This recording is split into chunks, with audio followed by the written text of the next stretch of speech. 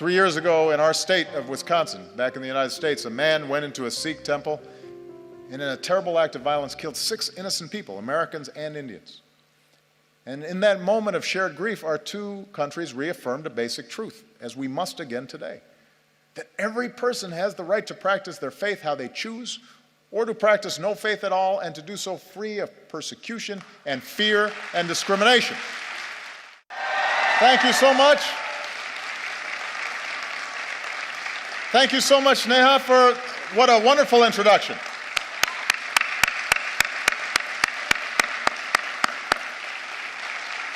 Everybody, please have a seat. Nothing fills me with more hope than when I hear incredible young people like Neha and all the outstanding work that she's doing on behalf of India's youth and for representing this nation's energy and its optimism and its idealism. She makes me very, very proud. And I think that may be her. Is that somebody related to you? Okay, because we just had a chance to meet, and she's beaming with pride right now, sitting next to you. Give Neha a big round of applause once again.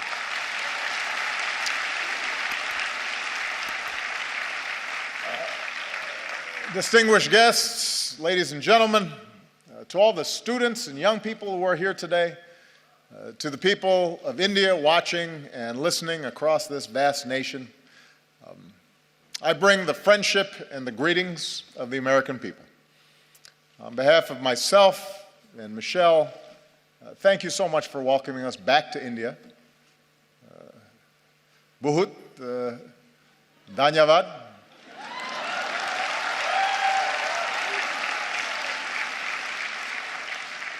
It has been a great honor to be the first American president to join you for Republic Day. With the tricolor waving above us, we celebrated the strength of your Constitution. We paid tribute to India's fallen heroes. In yesterday's parade, we saw the pride and the diversity of this nation, including the daredevils on their Royal Enfields, which was very impressive. Secret Service does not let me ride motorcycles, especially not on my head. I realize that the sight of an American president as your chief guest on Republic Day would once have seemed unimaginable, but my visit reflects the possibilities of a new moment. As I've said many times, I believe that the relationship between India and the United States can be one of the defining partnerships of the century. When I spoke to your parliament on my last visit, I laid out my vision for how our two nations can build that partnership. And today I want to speak directly to you, the people of India, about what I believe we can achieve together and how we can do it. And my commitment to a new chapter between our countries flows from the deep friendship between our people. And Michelle and I have felt it ourselves. I recognized India with the first state visit of my presidency, where we also danced to some pretty good Bhangra. For the first time, we brought Diwali to the White House. On our last celebration here,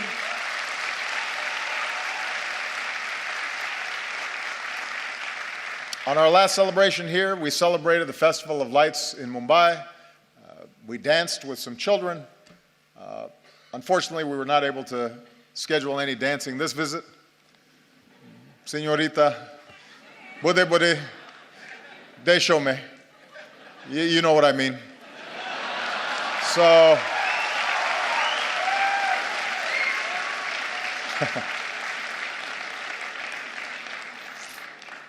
everybody said, by the way, how much better a dancer Michelle was than me, which hurt my feelings a little bit. On a more personal level, India represents an intersection of two men who've always inspired me. When Reverend Dr. Martin Luther King Jr. was protesting racial segregation in the United States, he said that his guiding light was Mahatma Gandhi. When Dr. King came to India, he said that being here in Gandhi's land reaffirmed his conviction that in the struggle for justice and human dignity, the most potent weapon of all is nonviolent resistance. And those two great souls are why we can gather here today, Indians and Americans, equal and free. And there's another link that binds us. More than 100 years ago, America welcomed a son of India, Swami Vivekananda. And Swami Vivekananda helped bring Hinduism and yoga to our country. And he came to my hometown of Chicago. And there, at a great gathering of religious leaders, he spoke of his faith and the divinity in every soul and the purity of love. And he began his speech with a simple greeting: sisters and brothers of America. So today, let me say, sisters and brothers of India.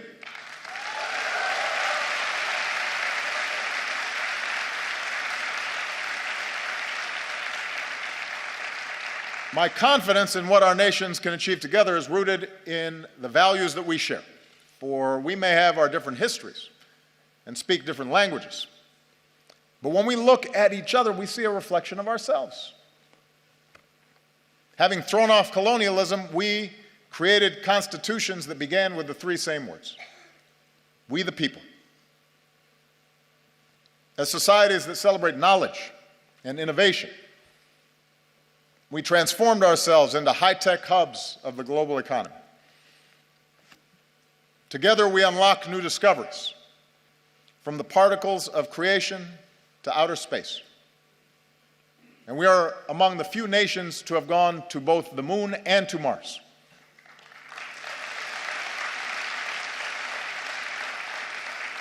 And here in India, this dynamism has resulted in a stunning achievement. You've lifted countless millions from poverty and built one of the world's largest middle classes. And nobody embodies this progress and this sense of possibility more than our young people. Empowered by technology, you are connecting and collaborating like never before on Facebook and WhatsApp and Twitter. And chances are you're talking to someone in America, your friends or your cousins. The United States has the largest Indian diaspora in the world, including some 3 million proud Indian Americans.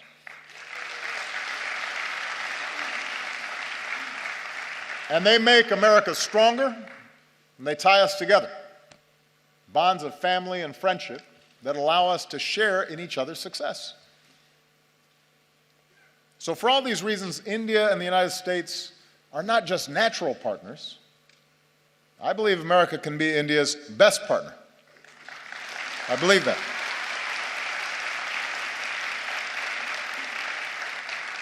Of course, only Indians can decide India's role in the world, but I'm here because I'm absolutely convinced that both our peoples will have more jobs and opportunity, and our nations will be more secure, and the world will be safer and a more just place when our two democracies, the world's largest democracy and the world's oldest democracy, stand together.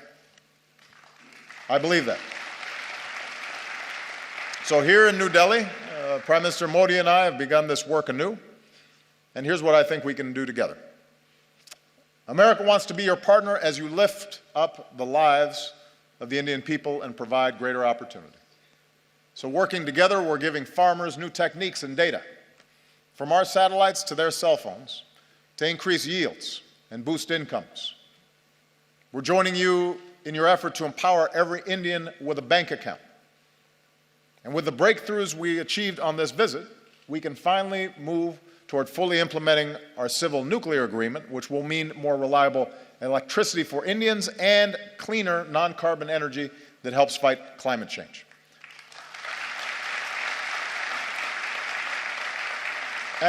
And I don't have to describe for you what more electricity means. Students being able to study at night, businesses being able to stay open longer and hire more workers, farmers being able to use mechanized tools that increase their productivity, whole communities seeing more prosperity. In recent years, India has lifted more people out of poverty than any other country. And now we have a historic opportunity, with India leading the way, to end the injustice of extreme poverty all around the world.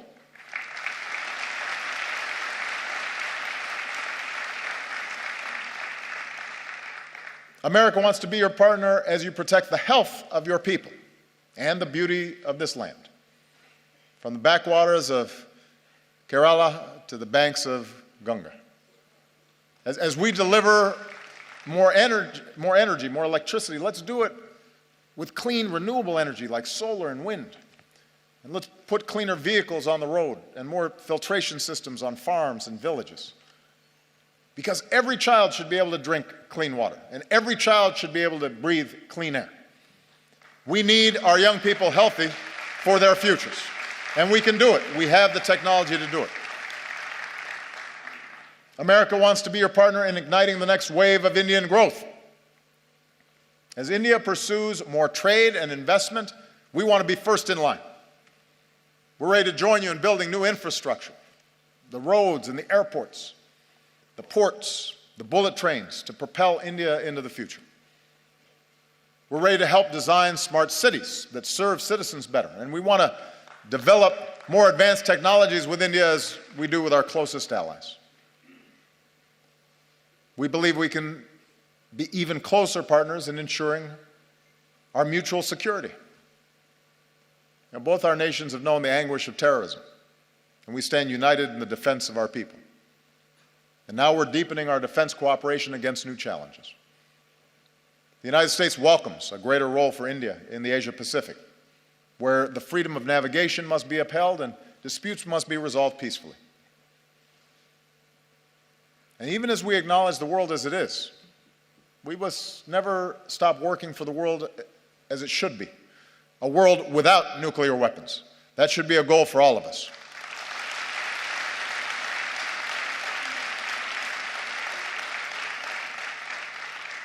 I believe if we're going to be true global partners, then our two nations must do more around the world together.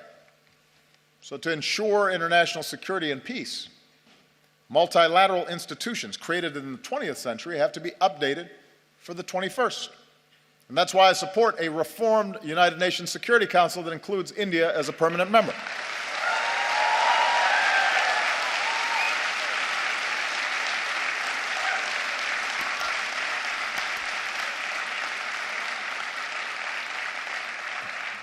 Of course, as I've said before, with power comes responsibility.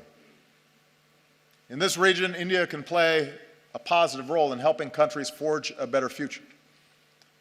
From Burma to Sri Lanka, where today there's new hope for democracy.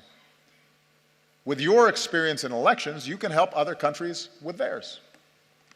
With your expertise in science and medicine, India can do more around the world to fight disease and develop new vaccines, and help us end the moral outrage of even a single child dying from a preventable disease. Together, we can stand up against human trafficking and work to end the scourge of modern-day slavery.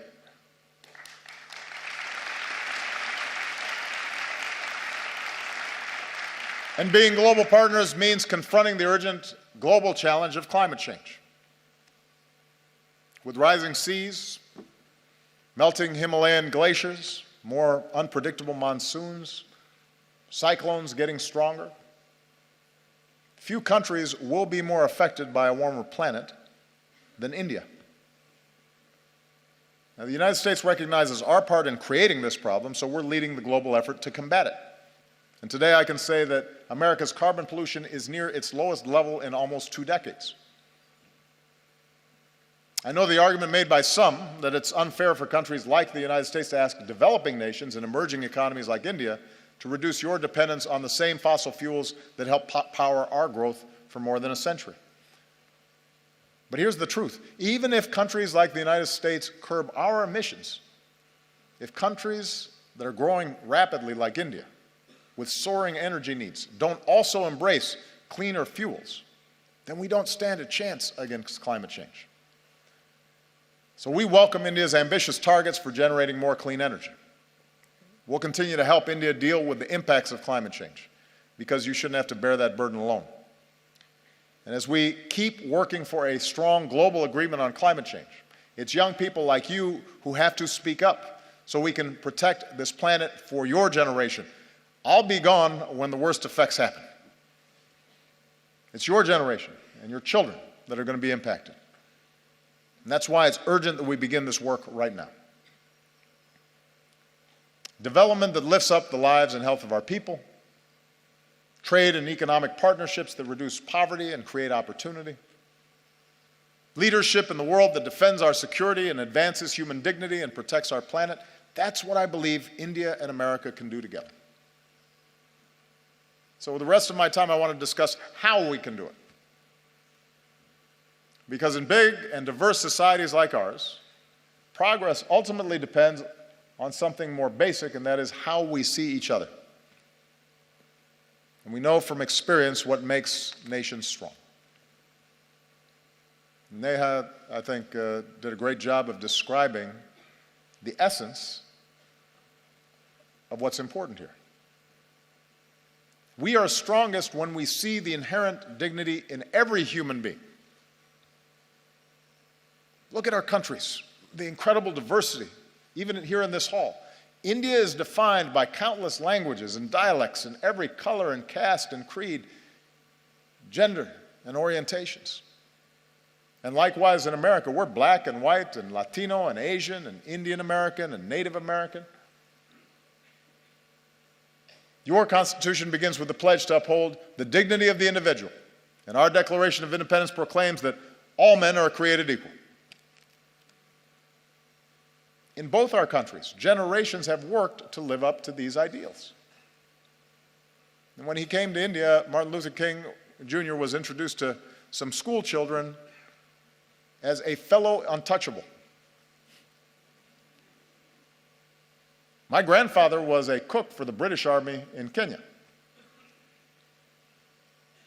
The distant branches of Michelle's family tree include both slaves and slave owners.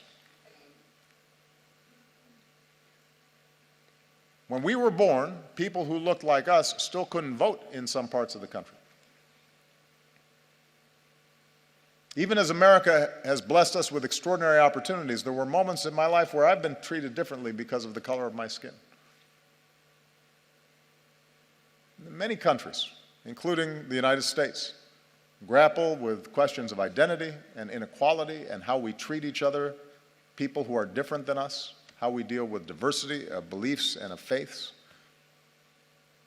And right now, in crowded neighborhoods not far from here, a man is driving an auto rickshaw or washing somebody else's clothes or doing the hard work no one else will do. And a woman is cleaning somebody else's house. And a young man is on a bicycle delivering lunch. A little girl is hauling a heavy bucket of water. And I believe their dreams, their hopes, are just as important, just as beautiful, just as worthy as ours.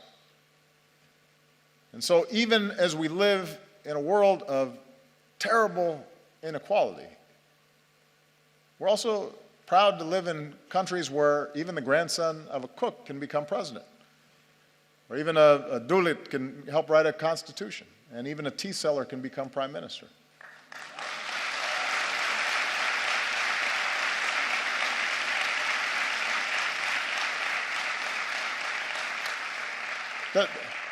The point is that the aim of our work must be not to just have a few do well, but to have everybody have a chance. Everybody who's willing to work for it have the ability to dream big and then reach those dreams. Our nations are strongest when we uphold the equality of all our people, and that includes our women. Now, you may have noticed I am married to a very strong and talented woman. Michelle is not afraid to speak her mind or tell me when I'm wrong, which happens frequently.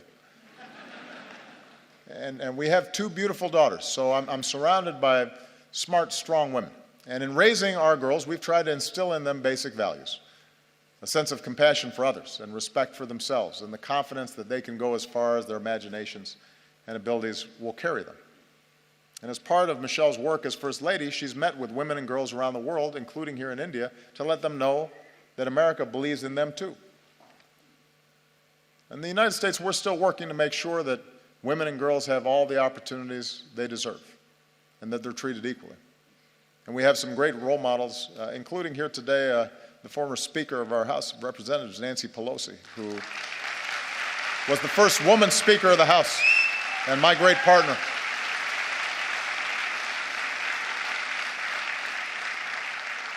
And here in India, it's the wives and the mothers who so often hold families and communities together.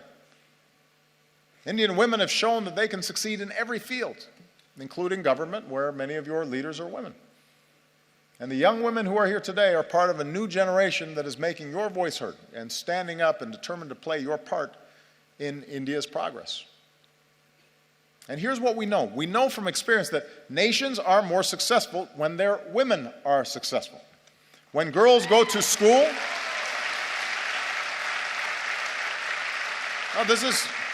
this is one of the most direct measures of whether a nation is going to develop effectively, is how it treats its women. When a girl goes to school, it doesn't just open up her young mind, it benefits all of us, because maybe someday she'll start her own business or invent a new technology or cure a disease. And when women are able to work, families are healthier and communities are wealthier and entire countries are more prosperous. And when young women are educated, then their children are going to be well educated and have more opportunity.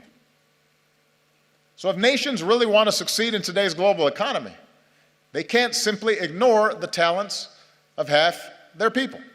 And as husbands and fathers and brothers, we have to step up, because every girl's life matters. Every daughter deserves the same chance as our sons. Every woman should be able to go about her day, to walk the streets or ride the bus and be safe and be treated with respect and dignity. She deserves that.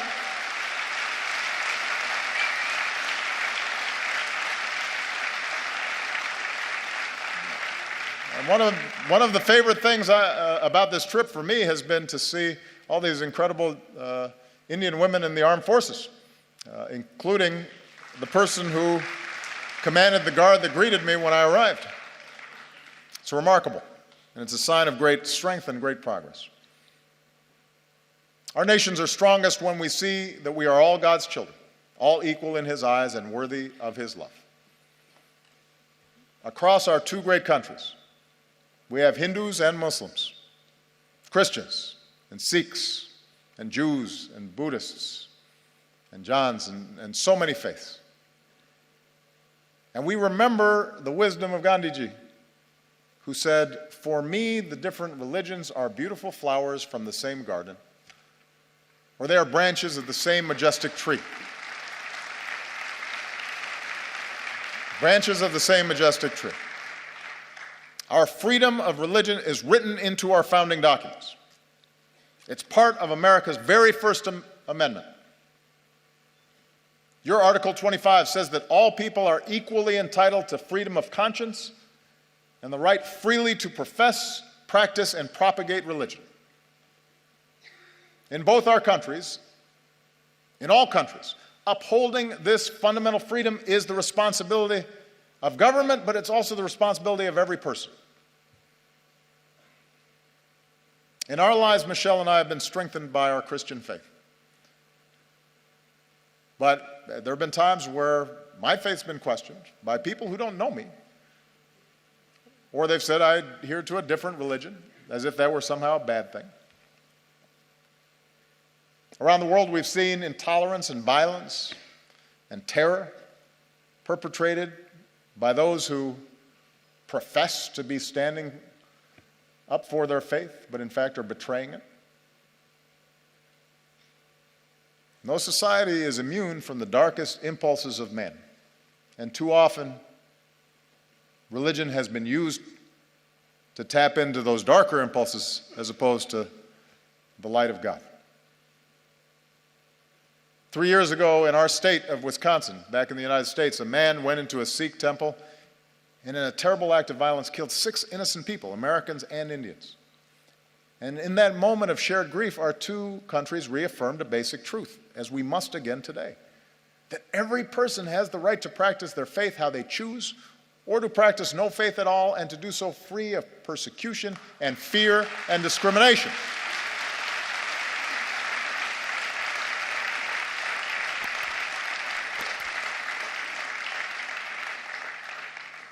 The peace we seek in the world begins in human hearts. And it finds its glorious expression when we look beyond any differences in religion or tribe and rejoice in the beauty of every soul. And nowhere is that more important than India. Nowhere is it going to be more necessary for that foundational value to be upheld. India will succeed so long as it is not splintered along the lines of religious faith, so long it's not splintered along any lines and is unified as one nation. And it's when all Indians, whatever your faith, go to the movies and applaud actors like Shah Rukh Khan, and when you celebrate athletes like Milkha Singh or Mary Kom, and every Indian can take pride in the courage of a humanitarian who liberates boys and girls from forced labor and exploitation, who's here today, Kailash Satyarthi, our most recent winner of the Nobel Prize for Peace. So that's what unifies us. Do we act with compassion and empathy? Are we measured by our efforts, by what Dr. King called the content of our character, rather than the color of our skin or the manner in which we worship our God? In both our countries, in India and in America, our diversity is our strength, and we have to guard against any efforts to divide ourselves along sectarian lines or any other lines. And if we do that well, if America shows itself as an example of its diversity and yet the capacity to live together and work together in common effort, in common purpose, if India, as massive as it is, with so much diversity, so many differences, is able to continually affirm its democracy, that is an example for every other country on earth. That's what makes us world leaders. Not just the size of our economy or the number of weapons we have, but our ability to show the way in how we work together and how much respect we show each other. And finally, our nations are strongest when we empower our young people. Because ultimately, you're the one who has to break down these old stereotypes and these old barriers, these old ways of thinking. Prejudices and stereotypes and assumptions, those are what happens to old minds like mine. I'm getting gray hair now. I was more youthful when I first started this office. And that's why young people are so important in these efforts. Here in India, most people are under 35 years old. And India is on track to become the world's most populous country. So young Indians like you aren't just going to define the future of this nation, you're going to shape the world. Like young people everywhere, you want to get an education and find a good job and make your mark, and it's not easy. But in our two countries, it's possible. Remember, Michelle and I don't come from wealthy backgrounds or famous families. Our families didn't have a lot of money. We did have parents and teachers and communities that cared about us, and with the help of scholarships and student loans, we were able to attend some of the best schools in the world. Without that education, we wouldn't be here today. So whether it's in America or here in India or around the world, we believe young people like you ought to have every chance to pursue your dreams as well. So as India builds new community colleges, we'll link you with our own, so more young people graduate with the skills and training to succeed. We'll increase collaborations between our colleges and universities and help create the next Indian Institute of Technology. And we'll encourage young entrepreneurs who want to start a business. And we'll increase exchanges because I want more American students coming to India and more Indian students coming to America.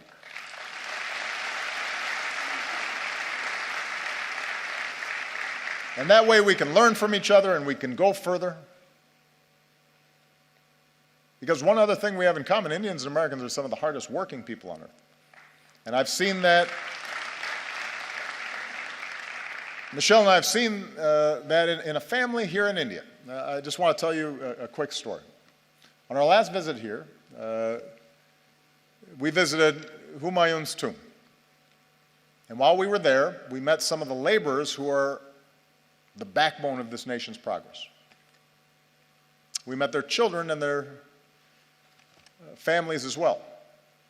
And some wonderful young children with bright smiles, sparks in their eyes. And one of the children we met was a boy named Vishal. And today, Vishal is 16 years old, and he and his family live in South Delhi in the village of Murband. This is Vishal. And his mother works hard in their modest home, and his sister is now in university. She wants to become a teacher. His brother is a construction worker earning his daily wage. And his father works as a stone layer farther away, but sends home what little he makes so Vishal can go to school. And Vishal loves math, and mostly he studies. And when he's not studying, he likes watching Kubudi. And he dreams of someday joining the Indian Armed Forces. And we're grateful that Vishal and his family joined us today. We're very proud of him because he's an example of the talent that's here. And Vishal's dreams are as important as Malia and Sasha's dreams, our daughters. And we want him to have the same opportunities. Sisters and brothers of India. Now, we are not perfect countries, and we've known tragedy and we've known triumph. We're home to glittering skyscrapers, but also terrible poverty, and new wealth, but also rising inequality. We have many challenges in front of us. But the reason I stand here today, and I'm so optimistic about our future together, is that despite our imperfections, our two nations possess the keys to progress in the century ahead. We vote in free elections. We work and we build and we innovate. We lift up the least among us. We reach for heights previous generations could not even imagine. We respect human rights and human dignity, and it is recorded in our constitutions. And we keep striving to live up to those ideals put to paper all those years ago. And we do these things because they make our lives better and safer and more prosperous, but we also do them because our moral imaginations extend beyond the limits of our own lives. And we believe that the circumstances of our birth need not dictate the arc of our lives. We believe in the father working far from home, sending money back so his family might have a better life. We believe in the mother who goes without so that her children might have something more. We believe in the laborer earning his daily wage and the student pursuing her degree. And we believe in a young boy who knows that if he just keeps studying, if he's just given the chance, his hopes might be realized too. We are all beautiful flowers from the same garden, branches of the same majestic tree. And I'm the first American president to come to your country twice, but I predict I will not be the last, because as Americans, we believe in the promise of India. We believe in the people of India. We are proud to be your friend. We are proud to be your partner as you build the country of your dreams. Jai Hind. Thank you.